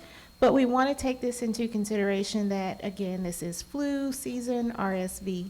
And when you look at specifically high school, there was a significant dip there, but we need to take into consideration exams. Remember, our overall attendance rates are collective of excused as well as unexcused absences. So with the number of students that we had that may have been exempt from exams, whether that be teacher-made, whether they would have to be teacher-made exams, we've had an increase there in the amount of students that were absent for the month of December. When I was here last month, I shared with you that we were excited that we were going to be announcing at our December principals meeting who our overall highest percentage of attendance and most improved attendance. I can share that with you now if you haven't already heard. For the 3rd month in a row, it went to Wilton Elementary. And for our most improved, with an 8% gain in attendance, went to Phoenix Academy. So we were excited about sharing that information. Our information in regards to attendance for the month of December, we will share those updates with principals at our Wednesday's principals meeting. And when we have our conversations with principals, we're continuing to share with them and check in about attendance monitoring practices that they're using. It's also a time where they're kind of bouncing ideas off of each other and how they are getting the word out, continuing to spread the message of the importance of school attendance. We also are actively referring cases for chronic absences, specifically in the area of unexcused absences, to our DA's office for school truancy. So one of our main goals, and Dr. Winborn has really stressed the importance of holding students and families accountable and really measuring the importance of school attendance and how it impacts overall academic performance. Dr. Norfleet, if I may? Yes. Thank you so much for sharing that. Board members, I will say the latest batch of numbers are very concerning to me. However, I believe as Dr. Norfleet said, the cold and flu season and those excused absences during exams are a big part of it. I'm going to be working with the team to tease all that information out to see if there's been a significant rise in the unexcused absences. So I'll hopefully provide some additional clarity to that to you all at the next meeting when we give these numbers. But Dr. Norfleet, could you also share, I believe we have you've recently made a hire, correct? In this area? That is correct. As of January 3rd, our new district attendance specialist has joined us. And she will be working with all school sites as well as coordinating our efforts at the district level in monitoring attendance as well as meeting with parents and students at the district level to provide additional support and resources that we may need in regards to making sure students attend school and then carrying on those responsibilities when we have to make those referrals to our district attorney's office. So we are excited for her to join our team. It's definitely a welcome addition. Thank you. Are there any questions about attendance? Okay, the next slide. On a more positive note, when we look at our behavior, we continue to see decreases in the number of referrals across the district. Again, we had the comparison from this time last year and then December of 2023. Our total office referrals were at 483. And you can see we're down about 275, is that right? If my math is correct? That from the previous year. And when we look at our suspensions, again, we are down with a total of 335 suspensions for December of 2023. Any questions in regards to our behavior? Have we seen any kids long-term or to seal offended since those behaviors? I mean, fighting, things like that? We continue to have our enrollment increase at Phoenix, but I would like to say that things are going well at Phoenix, going back to the increase in attendance. So there's some great things that are happening at Phoenix. Yes, I would concur. Principal Dickens is doing a very good job with his team over there. And Dr. Lindsay, yes, we absolutely are strictly following our code of conduct. I think if you were to compare our long-term suspensions, we may be up a touch this year compared to last, but I attribute that to the fact that we're more strictly enforcing the code of conduct. And so we're enforcing the rules. But I think that's also having a net positive impact on the other data that Dr. Norfleet has up on the screen. Thank you. I'd like to just say, I mean, I think most notably from last month to this month, the behavior is, I mean, that's really impressive. So, Yes. yeah. Our principals are doing a really good job. I would reiterate what Dr. Winborn mentioned earlier. We are sticking to the rules, and principals are enforcing, and they're getting the messages out to families. If you listen to a lot of the messages that are going out, principals are doing a fantastic job of reinforcing the importance of attendance and reinforcing the expectations for behaviors.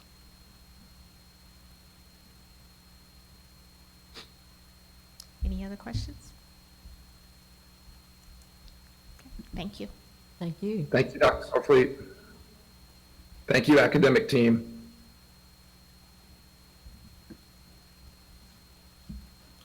And next, I think we have Ms. Hines. Fiscal responsibility. Thank you. Good evening, board members. We're going to start off with our fiscal chat with our budget amendments. Now that we have a budget in place, of course, we immediately go to our budget amendments. And our first amendment you see here is for our state budgets, our state funds. And you'll see a lot of this month and next month. While we received our initial allotment for state, we are continuing to get additional allotments assigned to us. So you can see that this is an increase to the addition of our SRO allotment, our funding for early college, additional transportation funds. We had to revert some of our unused summer reading camp funds. And we did receive the decrease in funds based on our best one of two ADM, that change in our ADM. And that, notice that dollar amount that we reduced was, for the best one of two ADM is $127,000. That is focused on the dollar allotments, not the positions. We did lose some positions in that as well. So for our state fund, this is an increase to our state budget of $210,933 for our final budget as $54,343,290. For our local funds, this is not an increase or decrease to our budget. It's simply reallocating the allocation of funds for school clubs that I left out of that initial budget, and the allocation for our board docs. For our federal grants, again, this was an addition of $10,104 for CTE programming, and then some budget adjustments in other areas for a final federal budget of $18,481,573.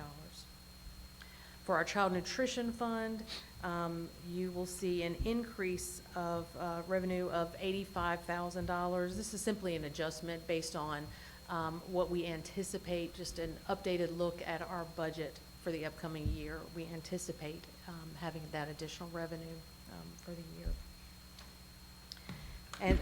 So the final budget for child nutrition would be $4,325,564. And then our other restricted fund, or Fund 8, as we call it, simply an increase of $1,500, and that was to allocate a United Way grant given to our Parents as Teachers program. And then, of course, the other changes were updating Medicaid budgets within the Exceptional Children's Department. So our final other restricted fund is $5,848,914. Any questions about any of those amendments?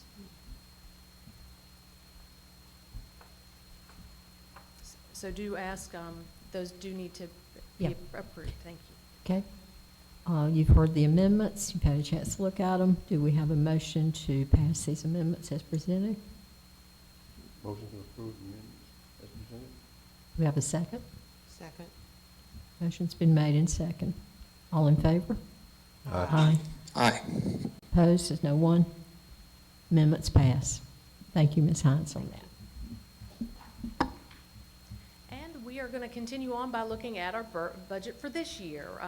This is the first look that you all have had. Now that our budget is posted, we can really take a look at what that budget looks like.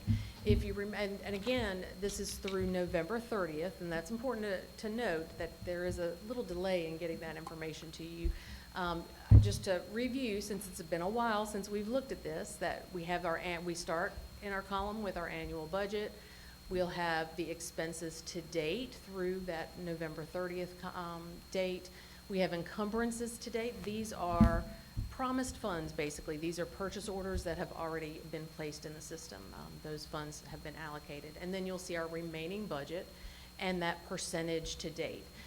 What's important, the end of November, we're at about 42% of the year. So that's just kind of an easy guide to look at how the funds are being used to date. You can see with our local and state funds, we're right about that 42% mark, so I'm feeling good about that. I do want to note, I want to thank Ms. Williams for contacting me about a little typo we have on this form. In those last two columns, you can see those are the actual expenditures for fiscal year 2023 and fiscal year 2022.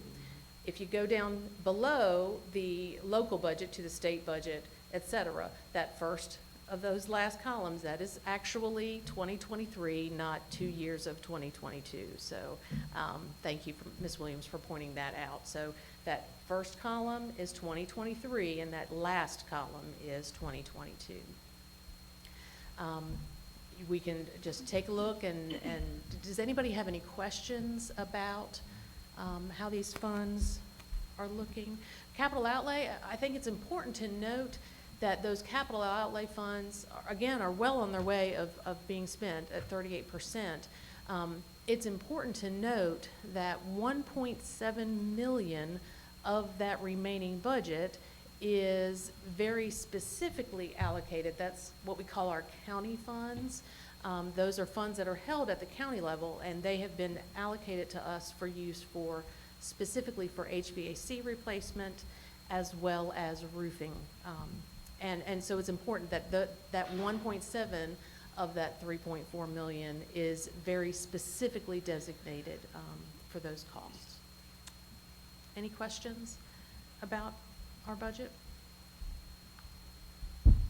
That fund you were just talking about, the 1.7, that was what's left out of an amount we were given a few years back. Exactly. That we were originally allocated $15 million from the county for HVAC and roofing. We're at a point now that the funds in each of those different accounts are allocated kind of small for any one project. So we're going to be working with the county to see if we can have some flexibility in how those funds are used within those two areas. Okay, thank you. The next item we'll look at is board travel. Thank you. And I do want to note, there were some additional expenses.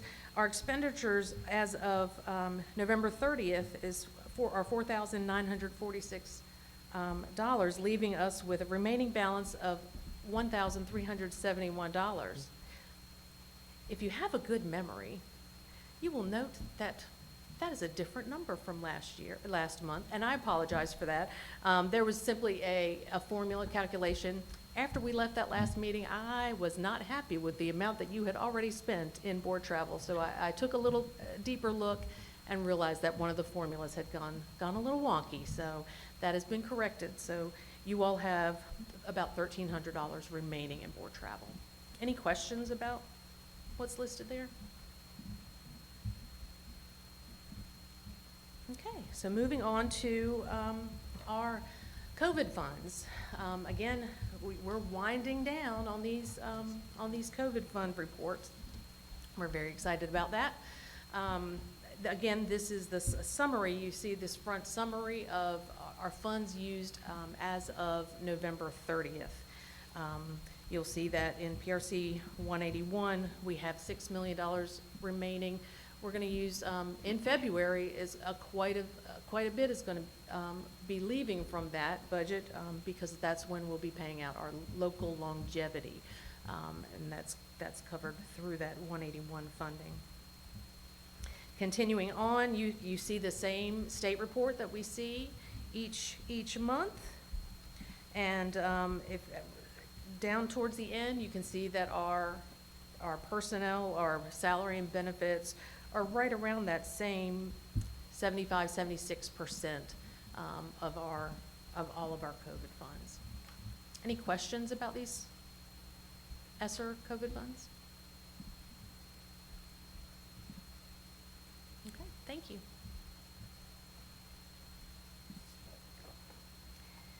And the last thing we have in the area of fiscal responsibility is just an update on our budget development. We're just trying to update you all in, we're still digging into those weeds of the budget, but just wanted to give you all an update of what it's looking like as we move forward. You've seen this chart before. It's just really following our state, our ADM, the reports we get from the state regarding our ADM.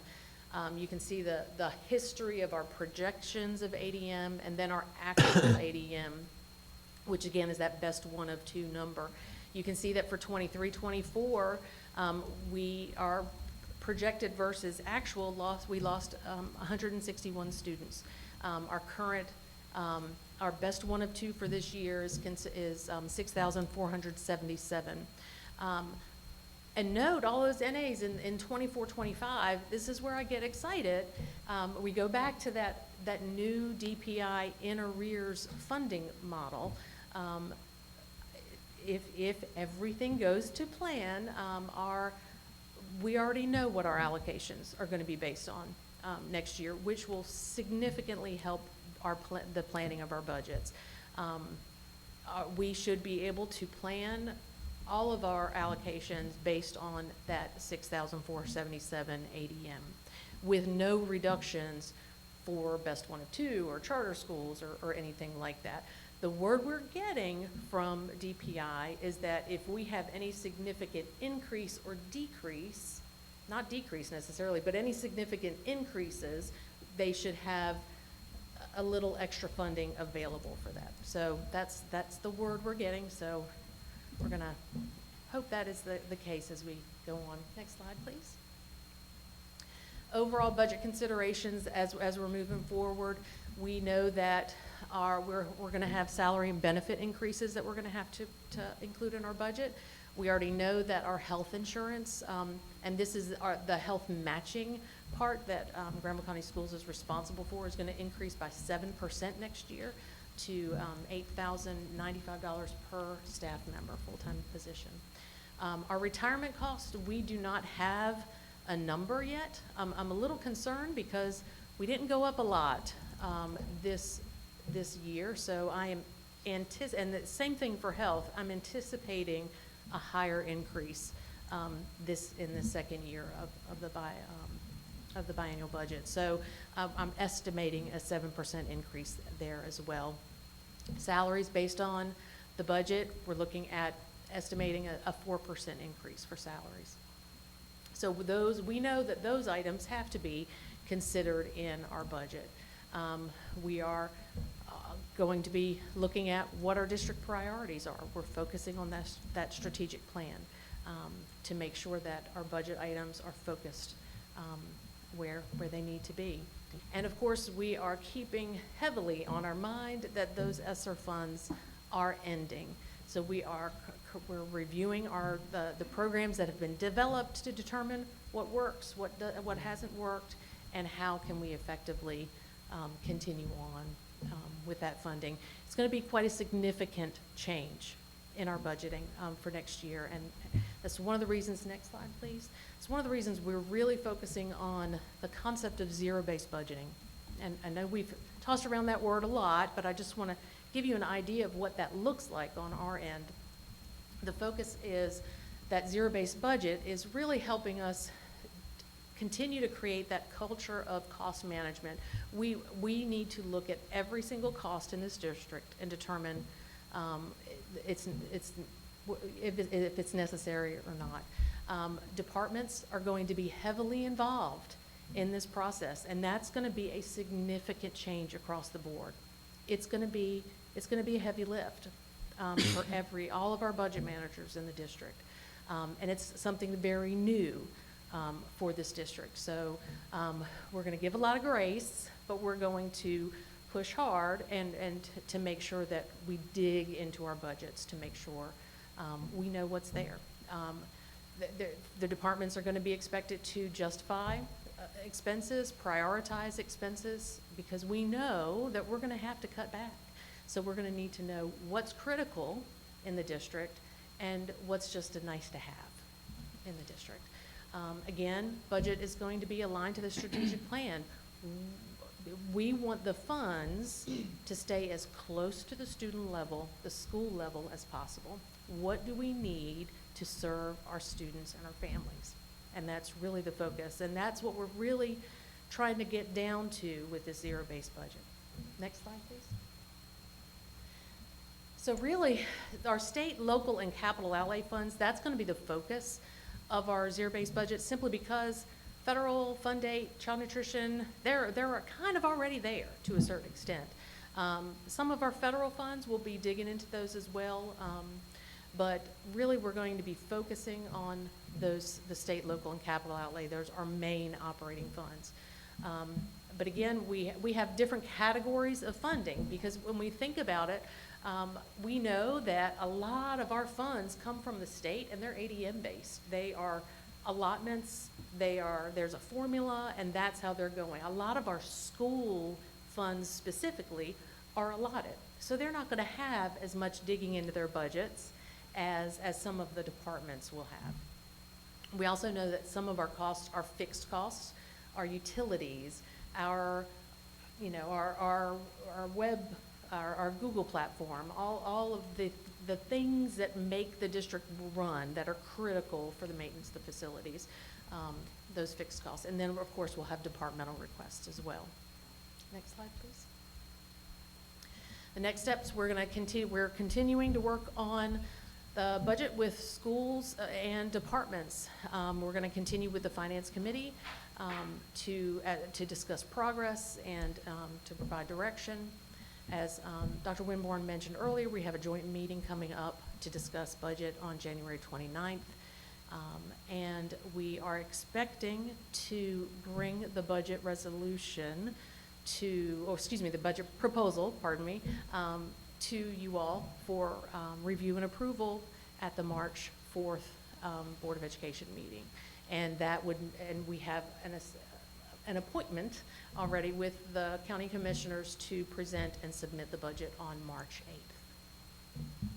Yes, ma'am. With the new funding structure from the state, will they still be allotting positions, or will everything go back to monetary allotments? At this time, the funding model is gonna stay the same. It's, so we'll still have positions, we'll still have dollar allotments. It's just that it's gonna be based on this year's numbers, ADM. So no changes to that? Correct. So in essence, a department may need a lot more than another department one year, and the next year it could be a need in another department. Absolutely. And so it's what you need and not what you'd like to have always. Right. Well, you know, we're very much, the way the budget's, I mean, and it's a standard way to create a budget is that you have a specific dollar amount. And that's what carries over to the next year with an increase or a decrease. And it may, if you didn't necessarily need those funds for that purpose, there may have been a department that could have used it. So, and that's what we're really looking at. We want everybody, that's the thing, and that's an important point to bring out here. Zero-based budgeting does not necessarily mean it's slash and burn. Everybody's cutting their budgets. That's not the goal. The goal is to make sure the funds are allocated where the needs are. That's really the goal. We don't need to fill our cabinets with supplies, you know, to hold off for the rainy day. You know, we don't need to do that. We need to focus the funds where they need to be focused. I'm sorry. Any other questions? Ms. Hines, if I may? Yes. Thank you so much. I think you've done a great job of setting the stage for this. I just want to add that I'm hopeful that through frugal zero-based budgeting planning, we can mitigate some of the cuts to positions. As you know, Courtney, Ms. Kern, you may have to help me and maybe you might know off the top of your head. It's looking at about somewhere between 15 to 20 positions that are currently paid for. Yes, it's with, about 16 positions right now. Yeah, 16, but thank you. And some of those may need to be cut just because they are related to reduction in student numbers, but there are others that are going to be critical that we maintain and that I want to protect, especially, as Ms. Hines said, the ones that are closest to the students. So this zero-based budgeting is going to be a tool to help us reallocate some funds to protect those positions. Thank you, Dr. Winborn. Thank you very much. Thank you, Ms. Hines. You always do a good job explaining sometimes what is the unexplainable when we look at it. But I'm excited about the process. Next is our health and safety, operations facilities, item 701, SRO, MOU, City of Butner. Yes, we're happy to explain the first part of this, and then I think Bill is going to join in with some additional information about our SROs in general. But tonight for action item, if you would approve the contract with the Butner, Town of Butner and the Butner Public Safety for the addition of an SRO to be staffed by them. I'm, like I said, really excited to be bringing on another municipality. Mr. Graham and I are planning to meet with them later this week to try to firm up some of the details, but this would be to serve Butner STEM Elementary School, Butner STEM Middle School, and Granville Early College High School. And this would be one of the 9 current SRO positions that we have funding for. So that would mean that there is funding going to Butner Public Safety for 1 position, funding going to Creedmoor Police Department for 2 positions, and 6 of the remaining positions with the Sheriff's Office. So I would just respectfully ask that you approve that contract. I hope everybody had a chance to read through them. Does anyone have any questions for Dr. Winborn about the contracts? And this has already been approved by the Town of Butner. Okay. And although it does not exceed the $100,000 threshold, I felt it was important to bring this to you for your approval, since this is a new relationship with a new municipality. Correct. We're excited about this. Any questions? Do we have a motion to approve this? Motion to approve the SRO contract with the town of Butner as presented. Second. Motion's been made and second to approve the contracts as presented. All in favor? Aye. Aye. Opposed? Passes unanimously. Thank you so board much. members. Now I'll turn it over to Mr. Graham, who I think shares some general information about SROs and be able to answer questions as well. Right, thank you, Dr. Winborn. Ms. Kern has some hard copies to pass out. Being the titan of digital communication that I am, chose to use paper copies. There are 2 copies. The first is what we have currently, and you will see that there's a vacancy in yellow. The Phoenix Academy, Mary Potter Campus, Tobal Shaw, Cradle. Currently, and I think Ms. Hayes had a question about this. Currently, the sheriff is using one of his folks as a safety officer to help us at Phoenix Academy. That individual will be completing his testing this week. So we look forward to having that person join us at the end of the week. Additionally, the sheriff has brought on an SRO, Brent Fisher. Mr. Fisher is an experienced law enforcement officer. He will be stationed at Phoenix and Mary Potter when he arrives. So that second one, which I just said anticipated, gives you a little bit of an idea of where folks are going to be. Please understand that this is fluid, that I work with the sheriff, that Stan and I are working with the sheriff's department to make sure that we have coverage and that we can cover the expense. So we're looking at all that. So having said that, having given you that sort of rough information, I'll entertain your questions. So just to clarify, as I said before, when I attended the county commissioner meeting, there were some statements made that were somewhat questionable. So right. As of at this moment, right now, we have, correct me if I'm wrong, a total of 9 SROs, not including the contract that we just approved because we don't yet have a person to fulfill that position, correct? Ms. Hayes, you're correct. We have funding for 9 SRO positions. Okay. Yes. And but we currently do not have 9 SROs signed. okay. Correct. So we And the have, one that you just approved tonight would take the place of one of the vacant positions that currently exists. okay. So,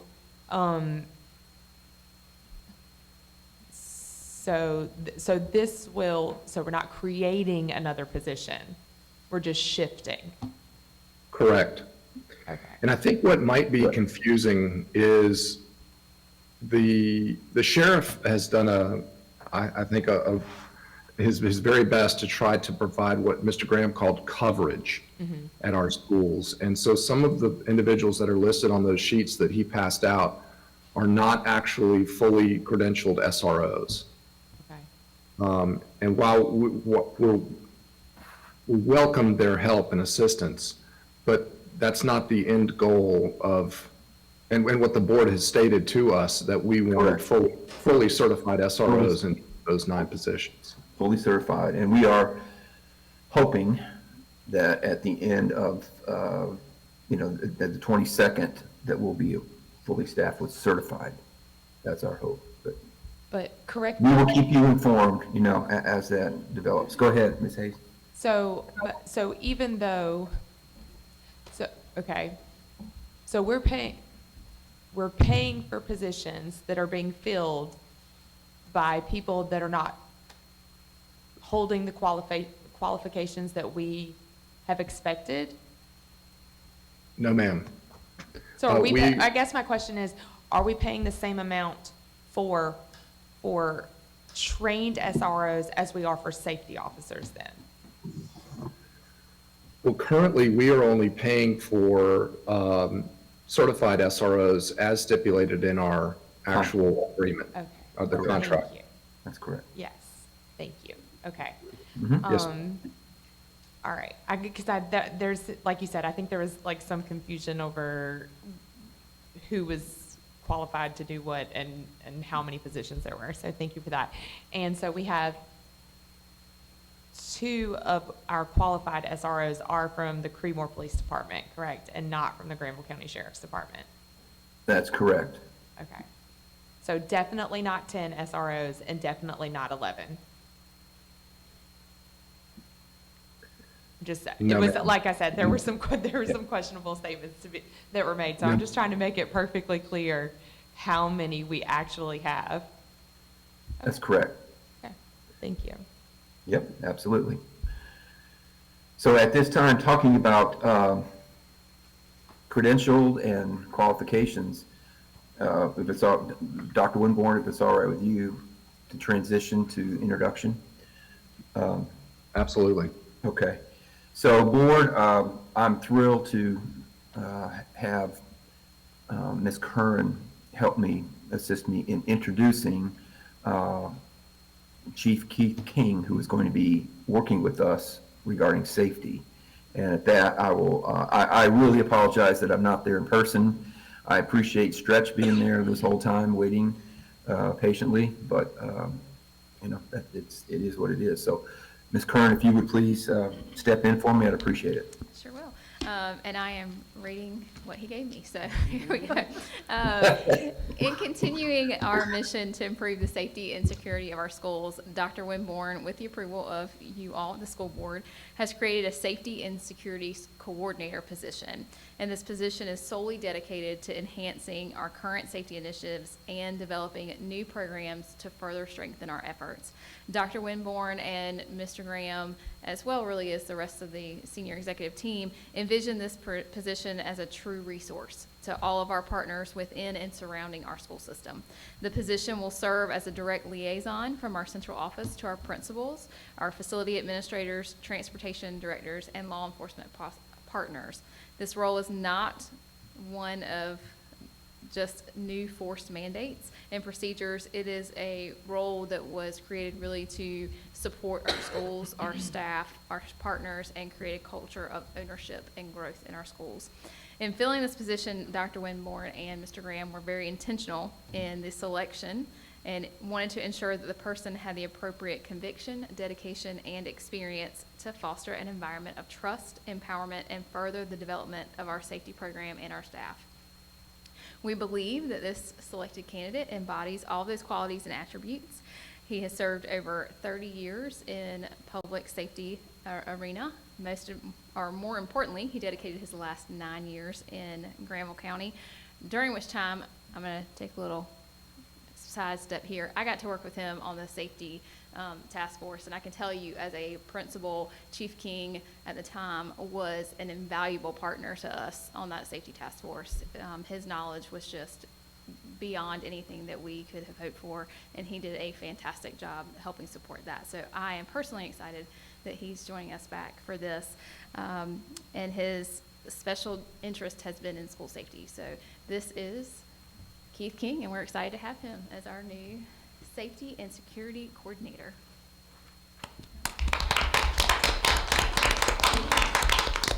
Thank you, guys. Madam Chair, nice to be here in front of you, board members, Dr. Winborn, executive staff. Thank you for this opportunity. First and foremost, I'm happy to be back in Granville County. If anybody knows, just south of us, the great state of Wake is not the best place to work. So I'm happy to be back in Granville County. I'm truly excited to work directly with the schools. In my former roles, I was part-time, lending a hand where I could, when I could, and also having the obligation for Creedmoor. But I'm glad to be a part of your school system now and work directly with you. I look forward to furthering our safety initiatives and working with all our internal and external partners. So thank you so much for the opportunity. We thank you. It's nice to meet the legend. Oh, well, thank you, ma'am. Thank you so much. Thank you, Madam Chair, and thank you, Keith. We appreciate you and really look forward to working with you. I believe Keith will be based at Tar River. He'll have like an office there, I think. Is that right, Mr. Graham? That is absolutely correct. They had a warm welcome today, and I think that they are not going to let go of him. They love him already. Well, they're going to have to share, but Yeah. and Mr. King, he will be working. Really, this is a part-time basis, so this is. Correct me if I'm wrong, Ms. Kearns, it's up to 29 hours per week. Yes. Okay. Correct. Although we could use him double that, I'm sure, but we're not going to work too hard in his retirement. Right. Very excited. Thank you, Madam Chair. Okay, item 702, possible disposal of surplus property on the Webb School Road. And Dr. Winborn, I'm happy to run Yes, please. through this one. Board members, this item, what is being sought tonight is your approval in declaring this portion of the Webb School property to be surplus so that it can be sold. We were originally contacted by someone, a neighbor who is wishing to purchase this small piece of property. And, but of course, it being public property, it would need to be put out to bid.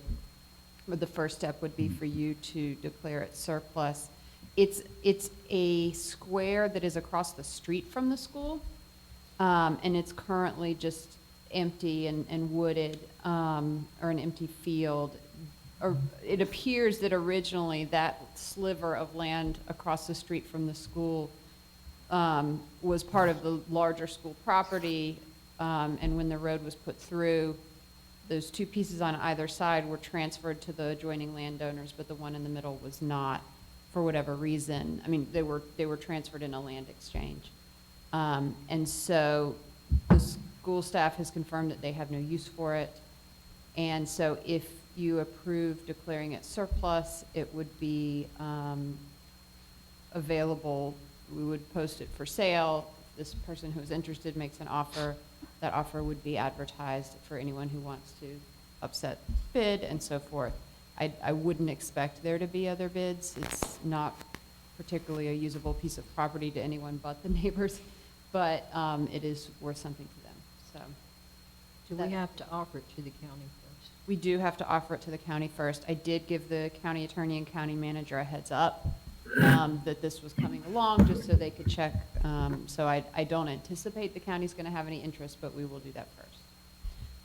And so I will happy to answer any questions. And then the resolution here would accomplish both things. It would authorize the superintendent to offer it to the county, and then if they don't want it, to offer it for sale.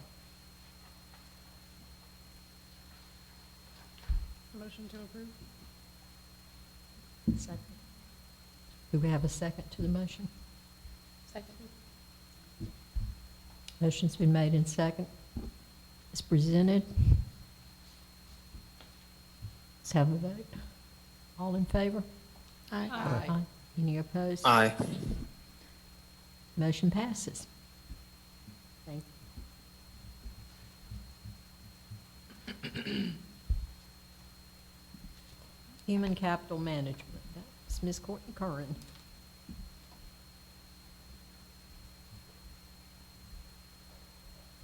Good evening again. I am here to talk about the North Carolina Teaching Fellows Project, pilot project. Granville County Schools has been very lucky to be selected as one of the pilot districts for the North Carolina Teaching Fellows Program. For those of you who may not know much about the North Carolina Teaching Fellows Program, it is a scholarship program that is specifically for teacher candidates who are in STEM fields, and they have recently expanded to elementary education. It has always also included special education.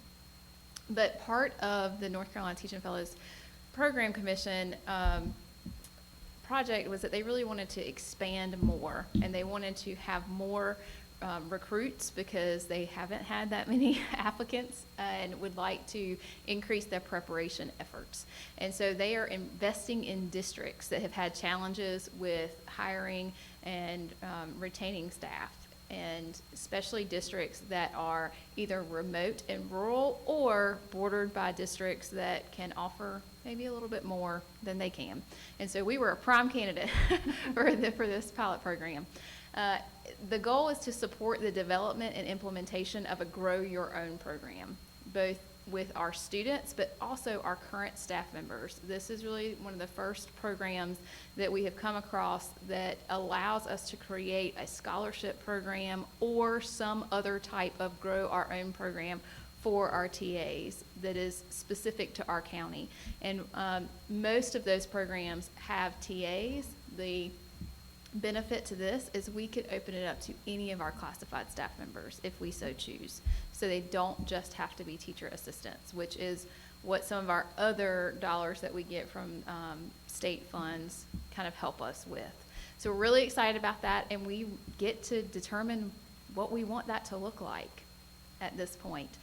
Right now, Angela Cogdill, Angie Salisbury, and I have sat down and talked about this a little bit. This is something that we'll bring up in the HR Innovation Committee. I'm sure we have an HR team meeting tomorrow. We'll probably hit it there too, because we do have a quick turnaround. We will need to bring this to you all in February to vote on, to decide what we're going to do. It is a 3-year program, and we're excited about that, but it is specific to STEM, special education, and elementary education. So whatever we create as a district, we have to just keep that in mind as well. There might be another slide. The fun part about it is we will receive $55,000 for those 3 years to implement this program. $50,000 of it can be used for the program itself. They can be used for scholarships. It can be used for any of the Grow Your Own programs that we choose in our district, and $5,000 is kind of set aside for administrative costs. And it is, again, a 3-year program. So some of our current ideas are staff scholarships for our current staff members.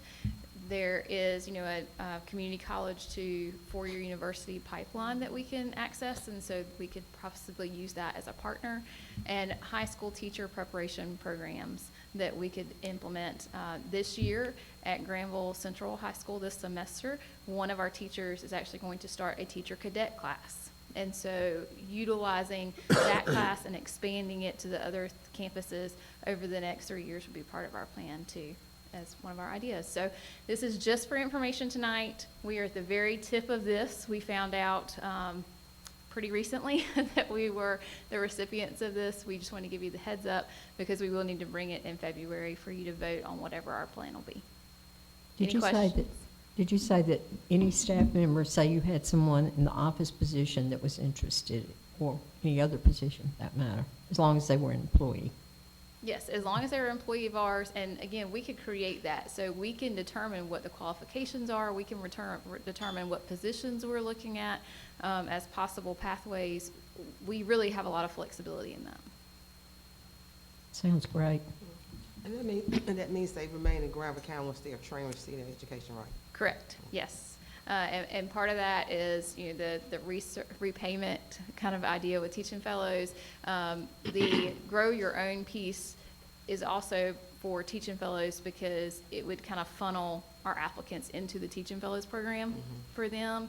The North Carolina Teaching Fellows program is no longer open just to high school students. It is also open to college students. And so our staff members might get, something from us, but then they have that opportunity to compete at the state level as well for their scholarship. Any other questions for me? Thank you.